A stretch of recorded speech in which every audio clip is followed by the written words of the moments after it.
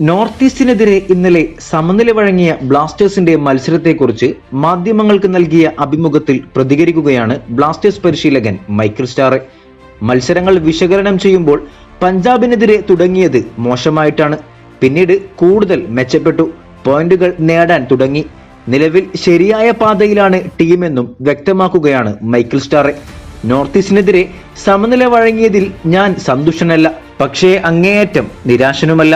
ബ്ലാസ്റ്റേഴ്സിന് വിജയിക്കേണ്ട മത്സരമായിരുന്നു. സ്ട്രൈക്കർമാർ ഫിനിഷിംഗിൽ ശ്രദ്ധ ചെലുത്തിയിരുന്നേൽ മത്സരത്തിന്റെ ഗതി മാറുമായിരുന്നു. ഫിനിഷിംഗിൽ കൂടുതൽ കൃത്യത ഉണ്ടാകണമെന്നും ഷോട്ട് എടുത്താൽ മാത്രം കാര്യമില്ല എന്നും സ്റ്റാറെ ഊന്നിപ്പറഞ്ഞു. അവസാന സമയം നോർത്ത് ഈസ്റ്റ് 10 പേരായി ചുരുങ്ങിയപ്പോൾ തുടരെ അവസരങ്ങൾ സൃഷ്ടിക്കാൻ കഴിഞ്ഞെങ്കിലും വിഫലമായി തീർന്നു. ചുവപ്പ് കാർഡിന് ശേഷം ഞങ്ങൾ മത്സരം നിയന്ത്രിച്ച രീതി നോക്കുമ്പോൾ വിജയം അർഹിച്ചിരുന്നു. എന്തായാലും എല്ലാം പരിഗണിക്കുമ്പോൾ ഒരു തുലനതയുള്ള മത്സരമായി ഇത് കാണാം. ഒരു പോയിന്റ് നേടാനായതിൽ സന്തോഷം, കൂടാതെ ലൂണയെ തിരികെ കളത്തിലെത്തിക്കാൻ കഴിഞ്ഞതിലും സന്തോഷം. ലൂണ ഞങ്ങൾക്ക് വളരെ പ്രധാനപ്പെട്ട താരമാണ്. അടുത്ത മത്സരത്തിൽ താരം ഫുൾ ഫിറ്റായി ആദ്യ 11-ൽ തിരികെ എത്തുമെന്നും സ്റ്റാറെ കൂട്ടിച്ചേർത്തു. വീഡിയോ അവസാനിക്കുന്നു. കൂടുതൽ കേരള ബ്ലാസ്റ്റേഴ്സ് ISL വാർത്തകളുമായി അടുത്ത വീഡിയോയിൽ കാണാം.